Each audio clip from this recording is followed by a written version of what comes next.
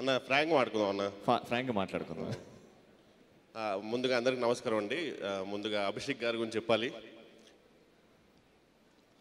అభిషేక్ గారు మిమ్మల్ని కలవడం ఫస్ట్ టైం. అండ్ మీకు తెలియని విషయం ఏంటంటే మీకు చాలామంది ఫ్యాన్స్ ఉన్నారు.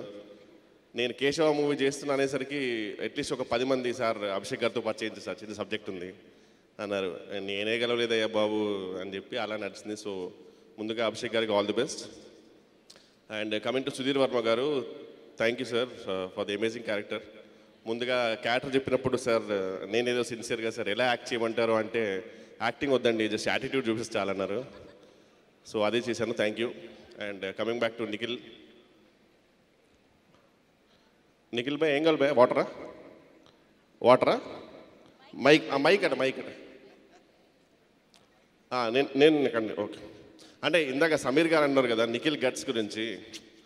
డిమానిటైజేషన్ రిలీజ్ చేసి బ్లాక్ బస్టర్ కొట్టబోయా, నీ గట్స్ ఏంటి భయ్యా? ఇంకా కాదు, ఆ సినిమా మీ వల్లే కదా సినిమా అయిపోయిందని చెప్పుకుంటున్నారు బయట ఎవరు అందరూ. దానివల్ల న్యాయపేద దిక్కులేదు నాకు. మీరే కదా ట్విట్టర్లో పెడుతున్నారు దట్ ఈపీసీ డిమానిటైజేషన్లో ఎదుర్కొంది నేనే అని. చచ్చి ఎంత మాట భయ్యా, ఎంత మాటను. అసలు చాలామంది చెప్పారు డిమానిటైజేషన్ రిలీజ్ చేసి డిజాస్టర్ అన్నారు. బ్లాక్ బస్టర్ కొట్టబోయా, నీకేంటి అసలు? ఇప్పుడు కేశవ వస్తుంది మళ్ళీ ఏమంటావు? What you think? నీ వల్లేనా మళ్ళీ మొత్తం? కేశవ ప్రశాంతంగా ఇంక నేనేం మాట్లాడిన ఇంకంతే కాదు, ఎందుకంటే బికాస్ మేకింగ్లో కూడా నేను చూసింది ఏంటంటే మీ విజువల్స్ ఎక్కువ ఉన్నాయి. నాది రితు కన్నా మీ విజువల్స్ ఎక్కువ ఉన్నాయి. మీకు చూడండి, వెనకాల చూడండి, మీరే ఉన్నారు. చూసారు ఎలా ఉన్నారో? నేను లేను, కేశవ అంటే మీరే. అదే అంటే ఎంత మంచి ఇల్లు కట్టుకున్న ముందు దిష్టి బొమ్మ పెడతారు భయ్యా, లోపల ఫ్యామిలీ ఫొటోస్ బయట పెట్టరుగా. అంతే అంటారా? అంతే. బట్ బికాజ్ ఇప్పుడు కిషోర్ బాయ్ ఇక్కడ ఉన్నారు కాబట్టి ఒక విషయం చెప్పాలి. చాలామంది కేశవ అంటే it's a very serious film, full out and out violence అనుకుంటున్నారు. Obviously Sudheer is a very smart director and మిమ్మల్ని పెట్టుకుంది you are the comic relief. And నిజంగా మీ సీన్స్ చూశాను, హిలేరియస్గా ఉన్నాయి. డబ్బింగ్లో చూశాను, very very funny. First half అంతా మీరే కనపడుతున్నాయి, కనపట్ల మీరే. సరే ఫ్రాంక్గా మాట్లాడుకున్న తర్వాత కానీ జెన్యున్గా నాకు కూడా కేశవ స్టోరీ నువ్వు అంటే బేసిక్గా ఈపీసీ అప్పుడు చెప్పారు నిఖిల్ గారు కేశవ ఇదో స్టోరీ అని చెప్పేసరికి నేను ఫిక్స్ అయిపోయా. ఓకే అయితే ఇందులో మన క్యారెక్టర్ లేదనమాట, డిసైడ్ అయిపోయా.